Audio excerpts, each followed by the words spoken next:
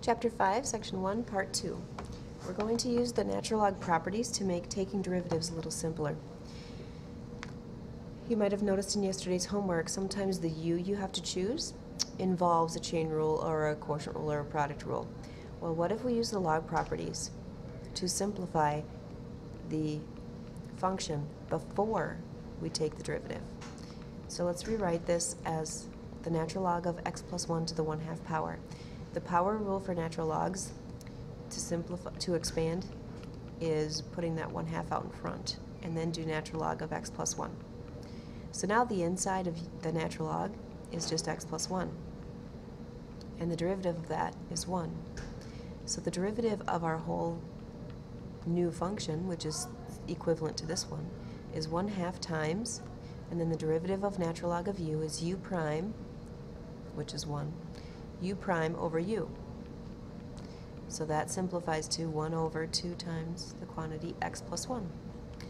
So that's our final answer. If we had used u as the square root of x plus 1, we would have still gotten the same answer, but it would have been a little more complicated. So that, in that case, it doesn't matter either way.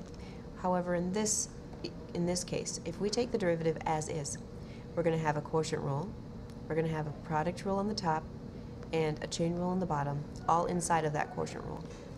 So that one would be very complicated. But if we use our log properties to simplify, first of all, let's simplify the quotient. Natural log of x times the quantity x squared plus 1 minus natural log of 2x cubed minus 1 to the 1/2. So that's simplifying using the log property for quotients. And then let's continue to simplify. So I haven't taken the derivative yet, I'm still using f of x. The natural log of a product is natural log of the first plus the natural log of the second factor. Minus, and then this is a composite function, so we can put that 1/2 out in front, natural log of 2x cubed minus 1. Now these natural logs are going to be a lot easier to take the derivative. So now let's take the derivative. The derivative of natural log of x is 1 over x. The derivative of natural log of x squared plus 1, u is x squared plus 1. So u prime is 2x, and then x squared plus 1 is u minus 1/2 times, and then the derivative of 2x cubed, because that's u, 2x cubed minus 1 is u, is 6x squared over u, 2x cubed minus 1. If you want, you can get a common denominator, but you don't have to. So we have 1 over x plus 2x over x squared plus 1. And then this cancels with that, so we have 3x squared over 2x cubed minus 1. Much easier than having to do a quotient rule with a product rule and a chain rule inside of it. So if you have if you have a natural log of some function, use your log properties to simplify it. Let's do another example, just a basic natural log of the absolute value of secant x plus tangent x. The reason that these absolute values are here is, remember, we can't do the natural log of anything negative. And secant x plus tangent x does equal it could equal a negative number. So what we're doing is the function is the natural log of only the positive values of the natural log of secant x plus tangent x. The derivative of the natural log of the absolute value u is still just u prime over u. And that's the actual formal way to write the definition of the derivative, or the theorem, which is the derivative of natural log of the absolute value of u. So the derivative would be, we have to find u, that will be our secant x plus tangent x, and then we're going to need u prime. The derivative of secant is secant x tangent x, and the derivative of tangent is secant squared. So that's our u prime. That's going to go on top. And the denominator is u. So that's secant x plus tangent x. We should check to see if we can simplify this.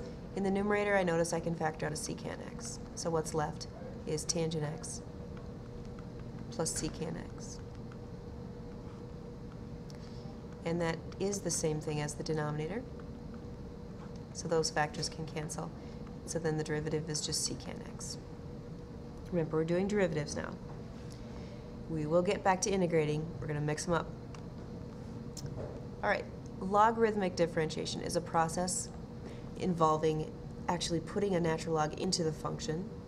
So we have a function that doesn't have a natural log in it, but if we want to take the derivative of it, it looks pretty complicated. Again, a quotient, a chain rule on the top, and a composite function on the top, and a composite function on the bottom. So we would need to use 3 rules for derivatives.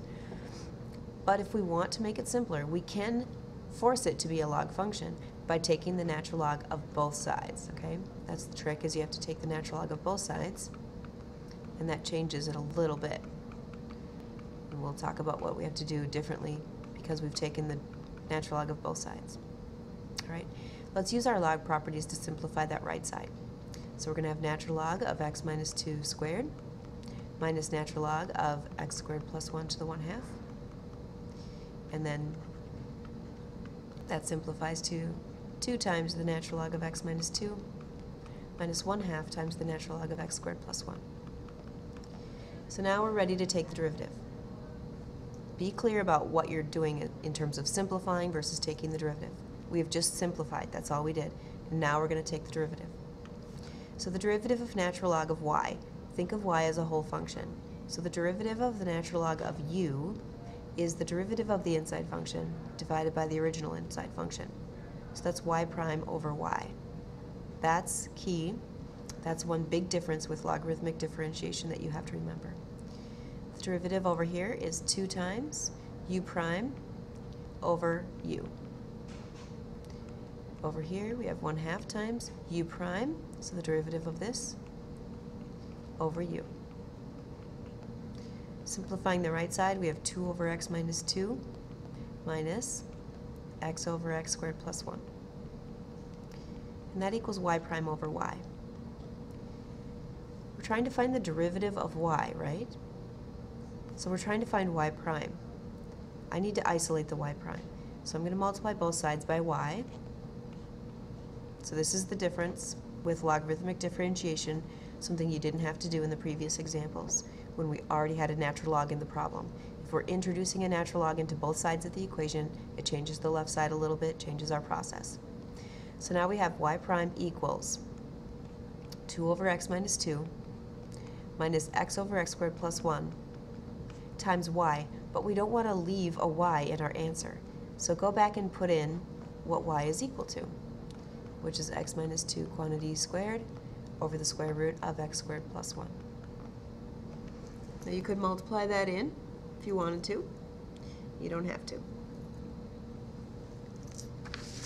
So that's how logarithmic differentiation makes taking derivatives a little easier, because you can use your log properties to simplify. It does complicate it by adding that one last step, but really that one last step is minor compared to having to do 2 chain rules within a quotient rule. A couple things we need to review for you to do the assignment. I noticed people questioning, how do you find the equation of a tangent line?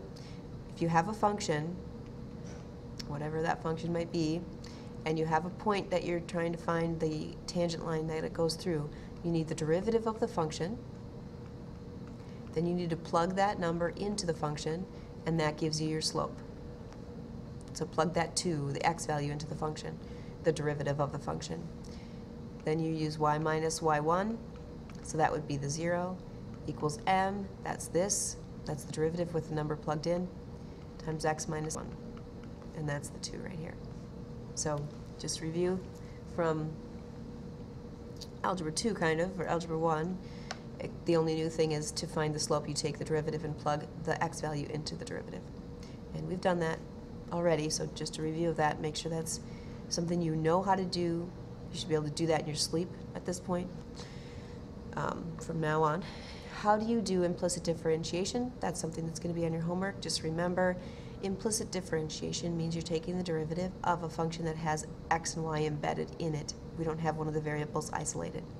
So if we're trying to find dy dx, we know that y is a function of x. So anytime we take the derivative of y, we either have to write y prime or dy dx. This is the natural log of the quantity xy, so we can use log properties to split that up before we even take the derivative. Then let's take the derivative. The derivative of natural log of x is 1 over x. The derivative of natural log of y is y prime over y. And then the derivative of 5x is 5, and the derivative of 30 is 0. We want to find dy dx, so we want to find y prime. So we're going to subtract 5 from both sides, subtract 1 over x from both sides, and that leaves us, with y prime over y. Multiply both sides by y. So y prime equals the quantity negative 5 minus 1 over x times y. Now if we could solve this for y, we would, and then we could substitute that in, but we can't. So that's our final answer. How do you show that a function is a solution of a differential equation? We've done problems like this before. Just to review, this is our differential equation. We know it's a differential equation because it has a derivative in it, and we want to know if this is a solution. So what we need to know is if I plug this stuff in, will it equal 0? So I need to find y prime. This is a product, so first times the derivative of the second plus the second times the derivative of the first minus the derivative of 4x is 4. If I simplify that before I plug it in, these x's cancel and I have 1 plus natural log of x times 1 minus 4. So simplifying that a little bit more, I get negative 3 plus natural log of x. And that's what y prime is. So I'm going to plug that in and see if it's a solution. So I have x plus y minus x times y prime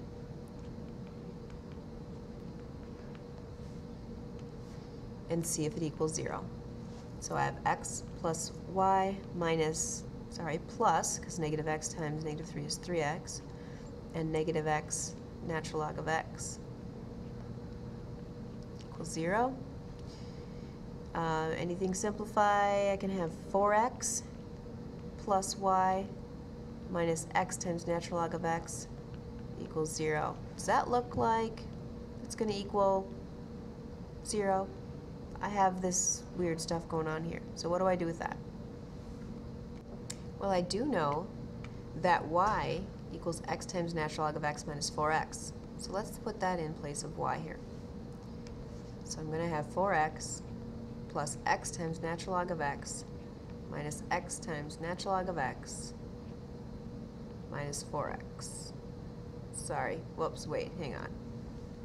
I put that in the weird order. It probably doesn't make sense to you. Okay, so y is